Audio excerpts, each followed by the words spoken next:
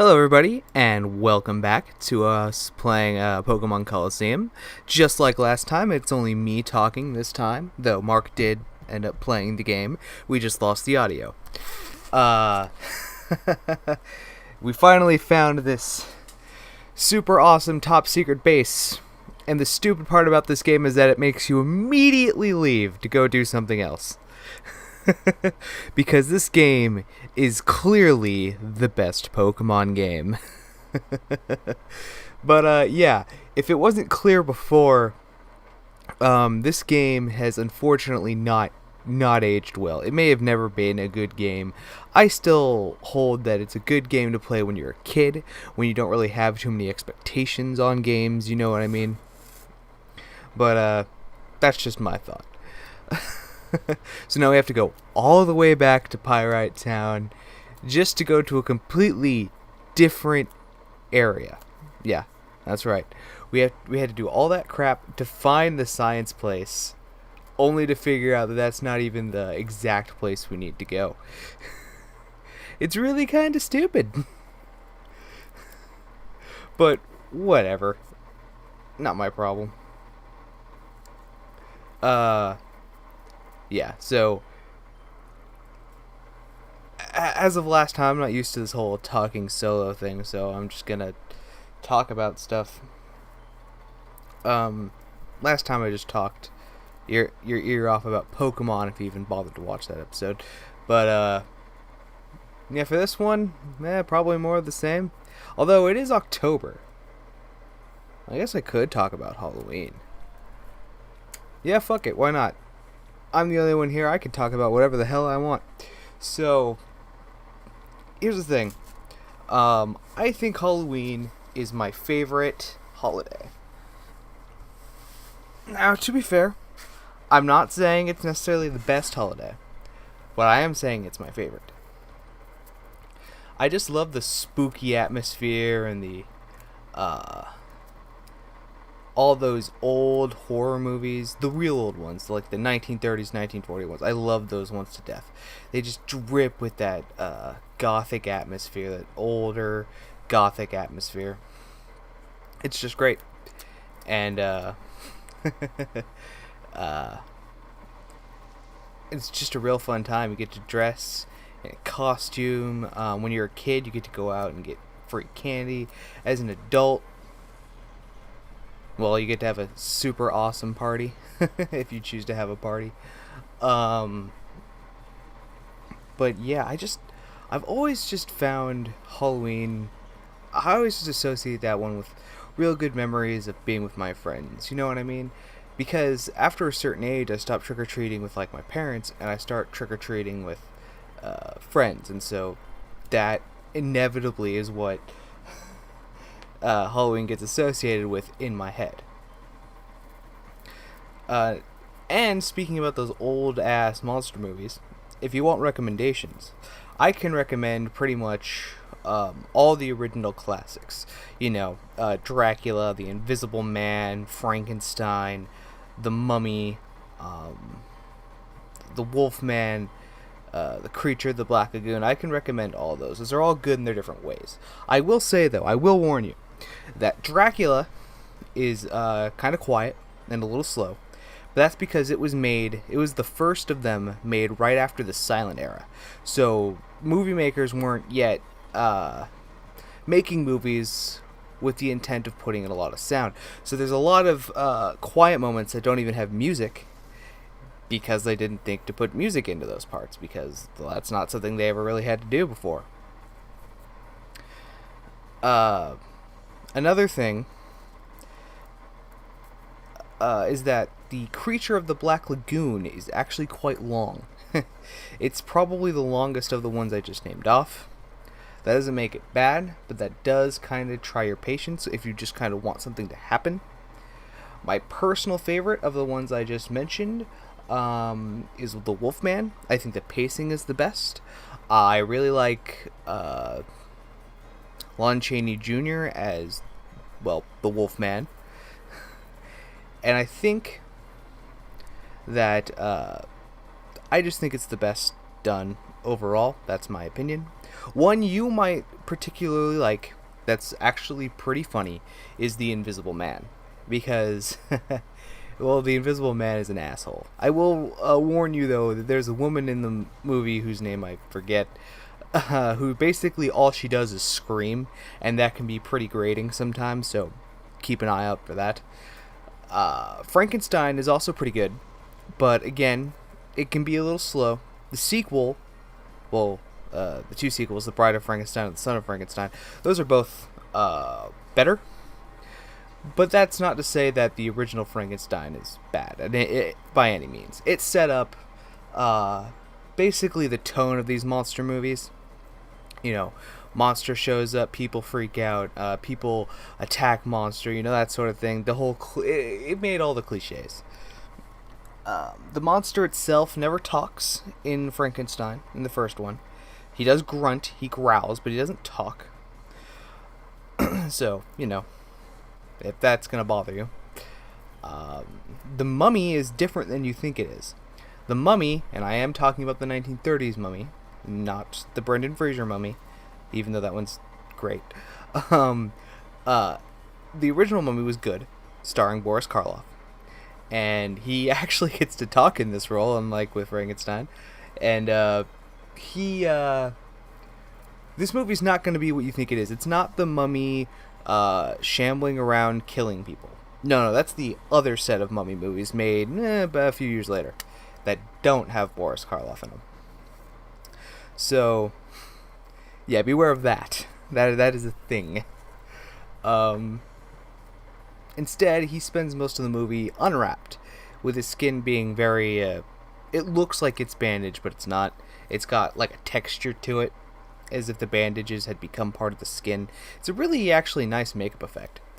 But it does set a pretty spooky tone. Another recommendation I can give is the Spanish version of Dracula, because they were being made at the same time, Dracula and the Spanish Dracula. And you would think that it's the same movie, and it is. They have the same, dialogue and the same scenes, but the actors do it completely differently. In fact, the Spanish version is really kind of better than the English version. Because the English, what they would do is that the English crew would, do all their takes for the day. And the Spanish crew would watch these and say to themselves, we can do better than that. And they did. So it's actually more entertaining to watch the Spanish one just for acting purposes and whatnot. It's a little over the top in certain places, but that's what makes it fun.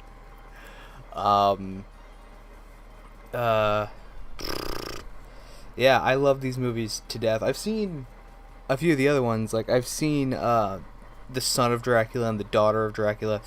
Those are good. They're not great. I think The Son of Dracula is the worst of like the three Dracula movies I've mentioned. Not that it's horrible, but it does kind of drag. The Daughter of Dracula is a bit more, or I think it's Dracula's Daughter, it doesn't matter. Dracula's Daughter is at least a little more entertaining, because you kind of get more invested into the character of Dracula's daughter, whose name I'm blanking on. But it's not Mavis, if you're thinking Hotel Transylvania. It's not that. But it's still good. The Frankenstein sequels are pretty good. Son of Frankenstein, Bride of Frankenstein. Bride of Frankenstein is the one I think everybody wants to see when they think Frankenstein, because it has, the bride, which is a very iconic monster, even though she only shows up for like a minute in the movie. But it's also got all the stuff you'd expect from Frankenstein movie. It has probably one of the best mad scientists in Dr. Pretorius. Son of Frankenstein is also pretty good. That one actually has Bela Lugosi in it as Igor, and he actually has a fantastic role in that movie. And many people think that Son of Frankenstein is the best because of his performance. I'll leave that mostly up to your guys' opinion. Of the three, I think I prefer Bride of Frankenstein, only because of Dr. Pretorius, because he's such an asshole. But hey, that's just my opinion. And there was also other ones for the Frankenstein one. There's also Frankenstein Meets the Wolfman, which I highly recommend. There's House of Frankenstein, which exists. It's fine. It's not great, but it's serviceable. There's also Ghost of Frankenstein, which I think wasn't all that great, if I remember correctly. Same thing with the Dracula ones. I think there's House of Dracula, which isn't that great either. But, you know, I still think they're worth watching because they're older movies. And if you don't look back at these older movies, you know, you can't ever progress. You know, if you don't ever look at your past, you can't progress into the future. And that's what these are. You look at them and you think to yourself, you know, hey, I could do better. We could do better. And we have done better. Arguably. The Creature of the Black Lagoon also spawned sequels. I haven't seen them. I don't really know much of anything about them, other than that they exist. And I think it's the second one, Revenge of the Creature, Return of the Creature, that it actually has the first on-film role for Clint Eastwood. Yeah, his first ever role, right there. Just in this fucking 1950s B movie about a creature that crawls out of the swamp. Can you believe that?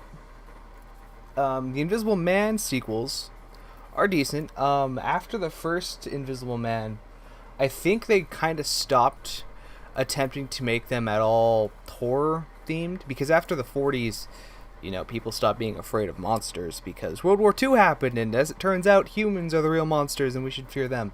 So instead, they started making Invisible Man more like thrillers, except for The Invisible Woman, which I think was just a comedy, which is fine. I had no problem with that. The Mummy sequels are what you would expect. Well, they're not really sequels. They're technically completely separate. They're a completely separate thing. I would definitely say that those are pretty good. They're what you would expect from a Mummy movie. Mummy goes around, kills fools, kind of like a slasher flick, except with less blood, and in black and white. And those are real good. For the most part, they're serviceable because, you know, if you want anything deep from them, you're not going to get it. If you want like an amazing storyline, you're not going to get it. But you are going to probably get a fairly entertaining movie about a mummy killing people, if that's what you want to watch. They will put you in the mood for like Halloween, though. I will tell you that. These old movies, they will put you in that mood. And that's kind of why I love them. It's not because that they are fantastic, well-made movies, but it's just because when you watch them, you just can't help but think, like, yeah, this is Halloween. You know what I mean? Like, you can put them on at any time and just be like, yes, I am now in the mood for Halloween. Which makes them, you know, perfect for the holiday. I always end up watching at least one of them around this time of year. And I plan to watch one this year, hopefully with my girlfriend this time. We keep trying to watch them together, but it just never ends up happening. Oh well. It'll happen eventually. But yeah, that's really all of them. Oh, the Wolfman sequel. That's right. There are Wolfman sequels. Well, there's most of the Wolfman sequels actually are just the Wolfman with other monsters, and that's kind of why his run is kind of the best. I think there's also one called like the She-Wolf of London or something like that. That's more ambiguous as to whether the main character is a werewolf or not. There actually is a wolf. I haven't really heard much about that movie, and I have yet to give it a watch myself, if that's even what it's called. Ugh. But yeah, the Wolfman movies are definitely worth watching, because if it's not his great solo movie, it's him fighting other monsters, and let's be real, that's what you want to see.